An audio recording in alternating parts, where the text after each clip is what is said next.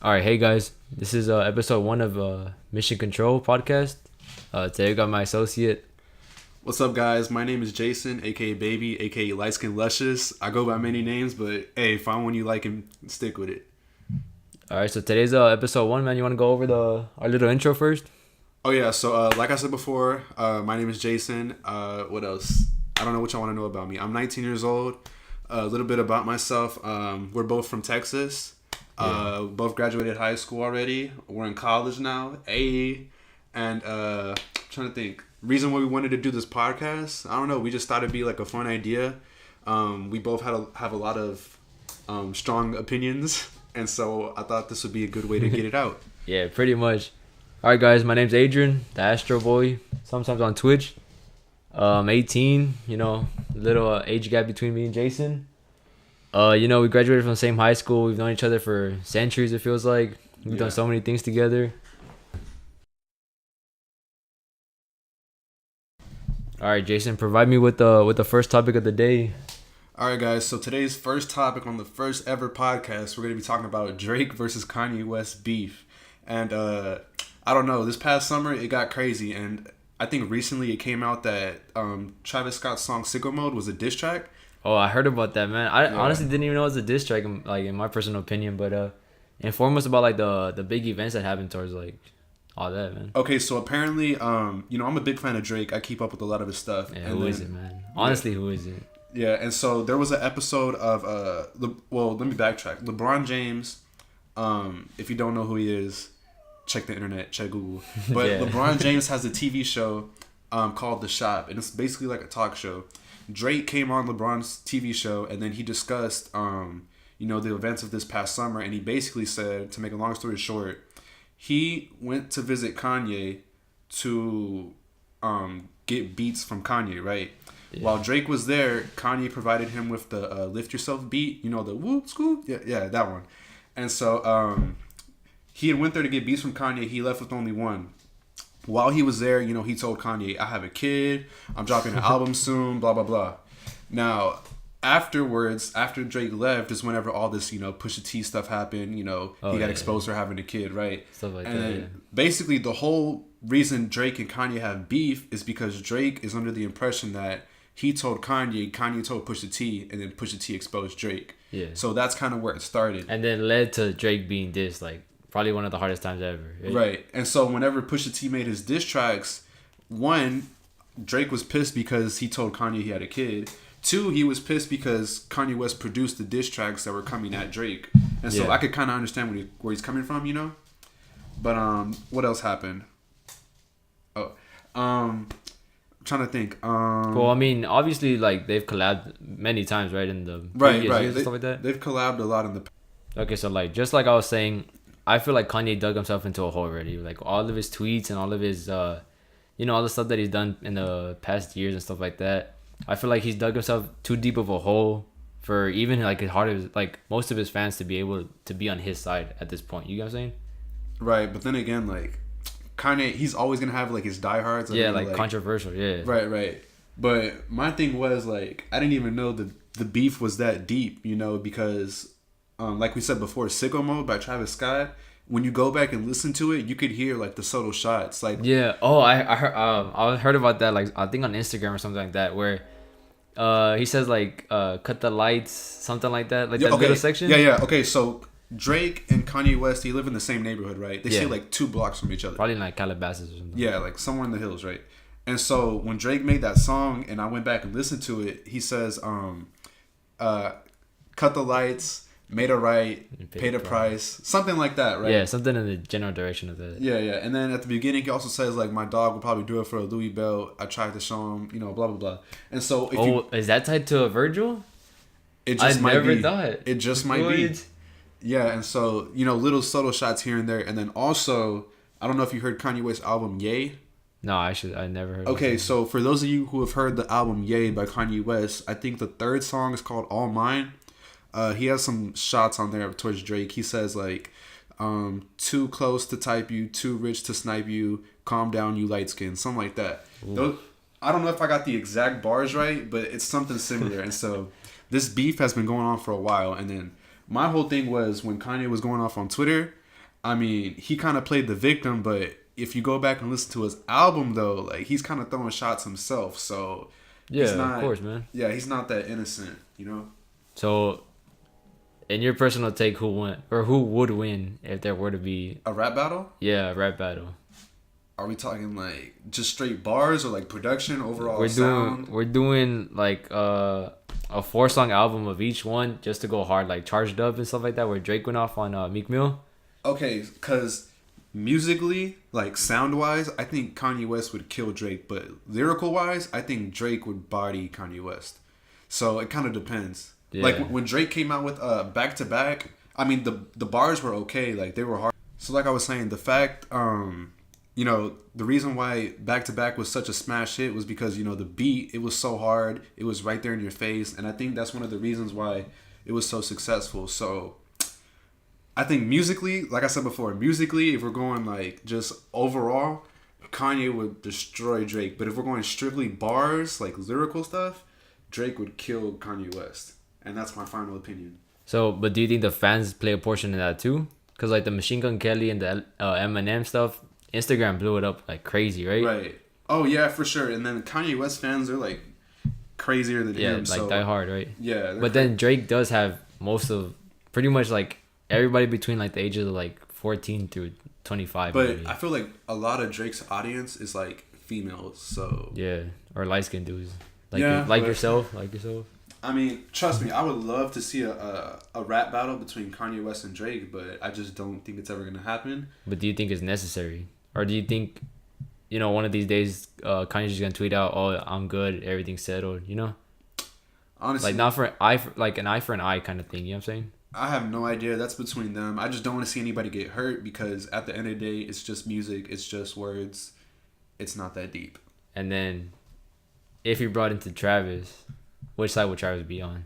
Because honestly, Travis is like kind of on both sides where he's with family. Look, honestly, I think Travis Scott is on the side of just trying to do his own thing. Trying to do his own thing and also blow up because before this Astroworld album, I mean, he was big, but he wasn't a megastar like he is now. You know what I mean?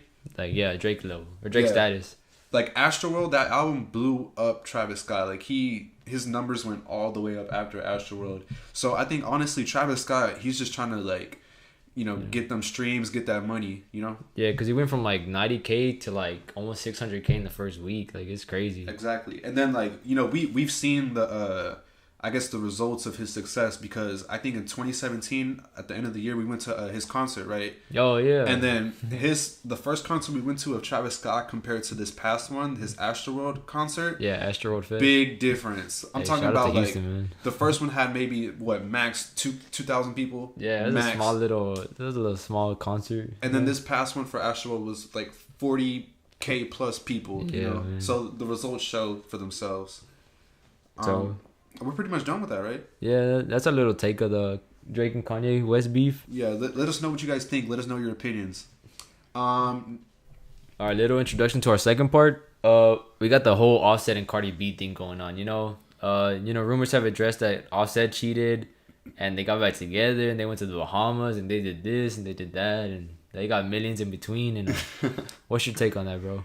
My take is, so the whole story is Offset cheated on Cardi B, right? Yes, of course. Man. So let's start.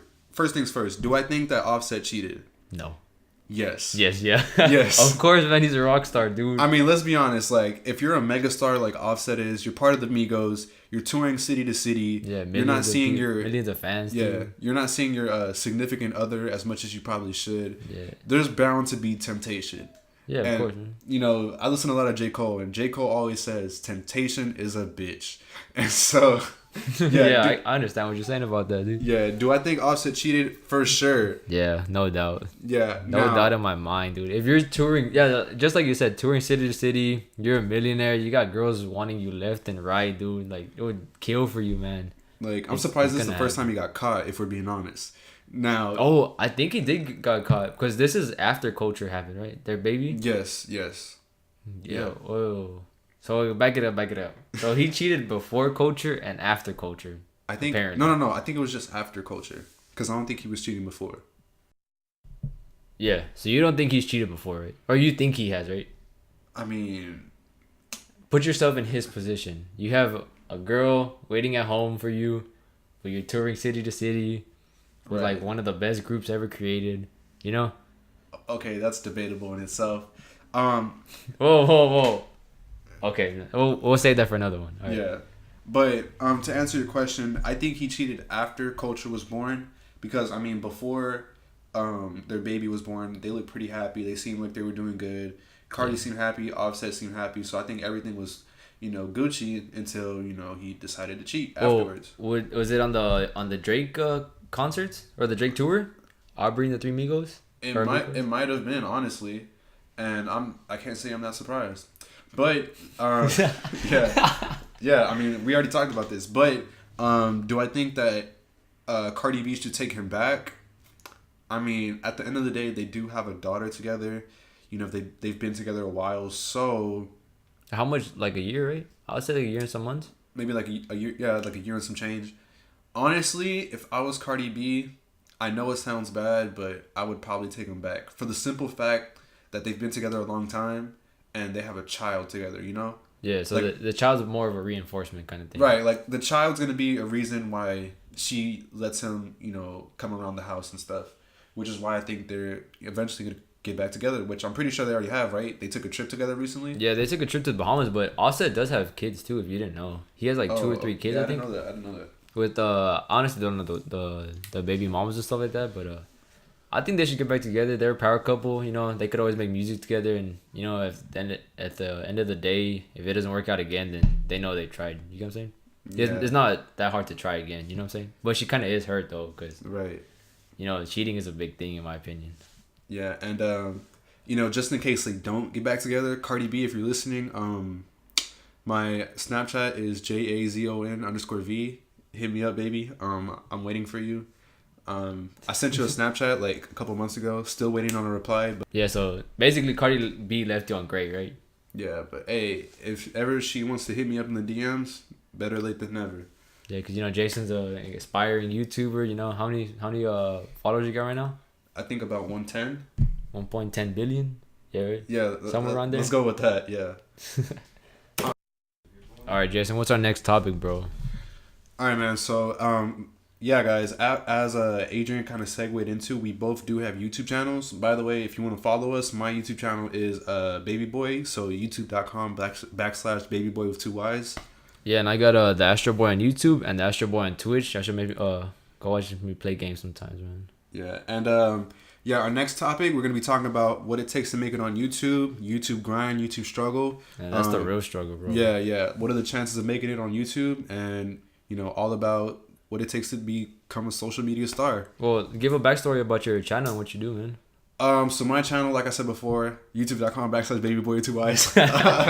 But basically, I do a lot of like comedy, funny skits, challenges, sometimes pranks, public interviews, just anything to make people laugh, And do I talk about like my journey? Like Yeah, man. Start where you started off. Who was your first subscribers? Who are the real fans out there, man? Okay, so let me just kind of start from the beginning. So growing up, I used to watch like a lot of YouTube, and there was like certain people I watched on YouTube, like I'm trying to think, like FouseyTube and like just different people. Yeah, like vlogs or like funny type stuff.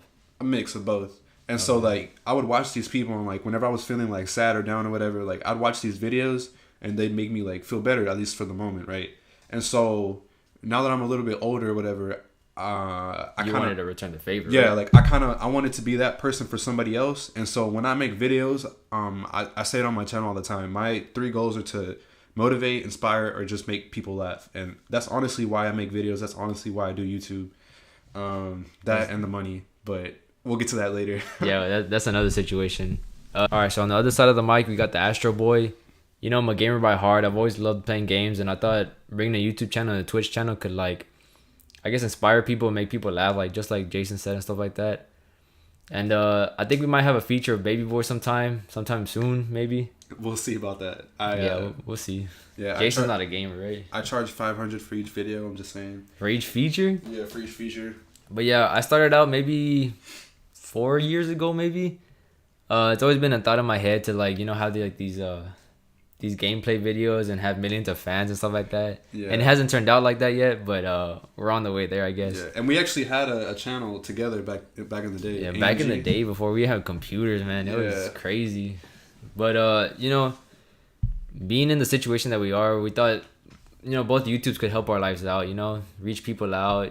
You know, eventually, like, I guess make money too. Yeah, we just want to like be there and help people like us. You know, that they probably need somebody to look up to, or maybe just need a little bit of motivation, inspiration for the day. I guess I could talk about, you know, my journey so far on YouTube. So I started maybe about 2 and some change months ago. No, that was his last post. If I'm gonna be honest with you. No. That's when I started. So yeah, like I said, about 2 and some change months ago, I started YouTube. Right now, I'm currently sitting at about 110 subscribers. Views, I'm at about, I don't know, maybe 2,000. Nah, No. over 2,000, like about 3K, 4K maybe. Yeah, somewhere. Jason's the one that had the lucky start, because, you know. Yeah, and then, you know, I could talk about my experience. So when I first started posting videos, like my first 4 or 5, like for somebody just starting out on YouTube, they blew up. I'm talking about each video was getting like over 250 views, over 300 views, and I was popping. Yeah, it must be nice, man. Yeah, but to get those views, like I had to work my ass off. Like I had to like sit there, learn how to use iMovie, learn how to Oh yeah, because you bought a MacBook and that was the start of it. Yeah, right? I had to learn how to do different effects, how to plug in music, and then once I had created like a good video that I went over like 50 times, I thought it was funny, it was worth putting on YouTube. And so you used to post on every Sunday, right? Something like that?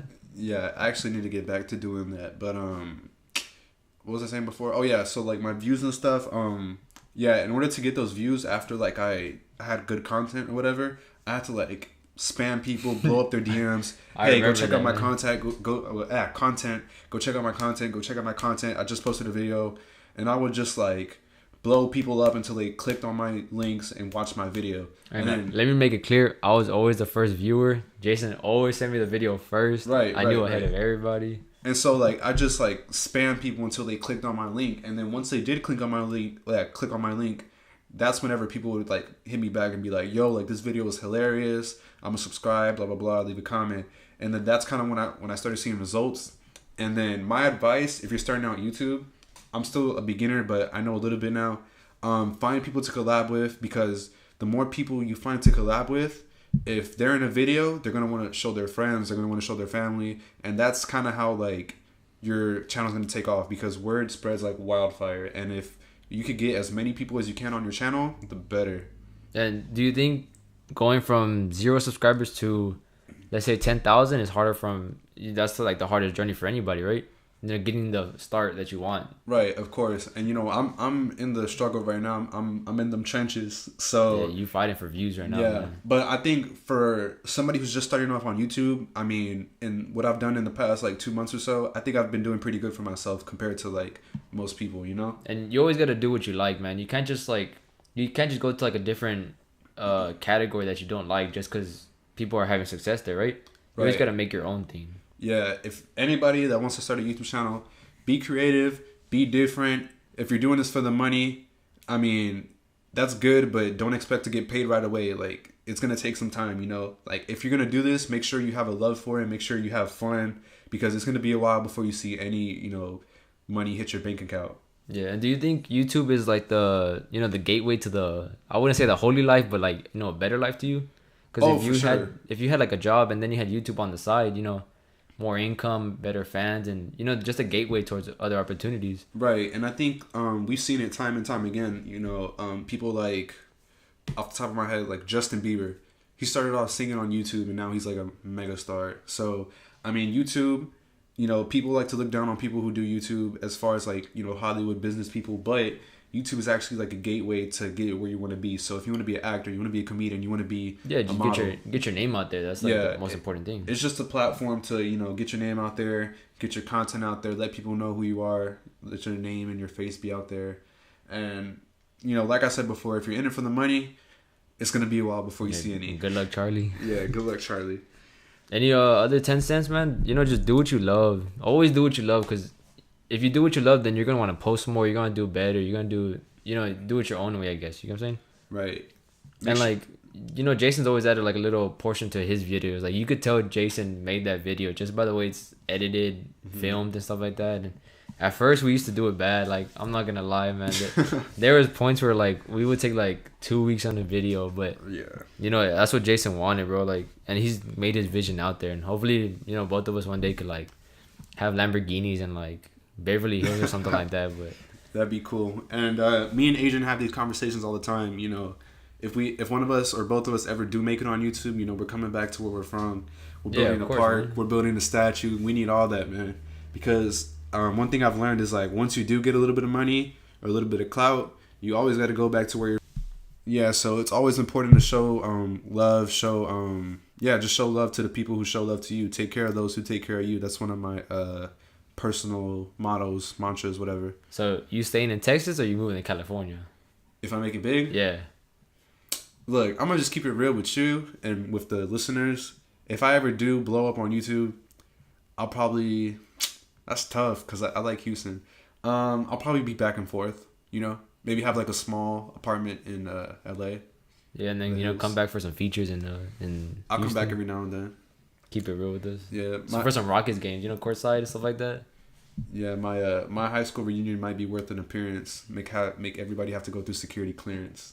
Oh, it's gonna be like that, Jason? Drake bars. All right, Houston, we got a podcast. This is episode 1 finished. In the books, Jason, right? In the books. Yeah, guys. So, like we said before, this is episode 1 of Mission Control Podcast. Let us know what you guys think. Reach out to us on our social medias. I'll try to have Adrian put that somewhere wherever he posts this on iTunes or YouTube. But we hope you enjoyed, and thanks for coming along for the journey, man. It's been crazy. Hopefully we could do a bunch of episodes like this. Make sure to leave us comments on, you know, stuff you want us to talk about or brings forth information, you know, stuff like that we haven't gone over. But thank you for watching, man. It's been a blessing. You know, episode 1 in the books.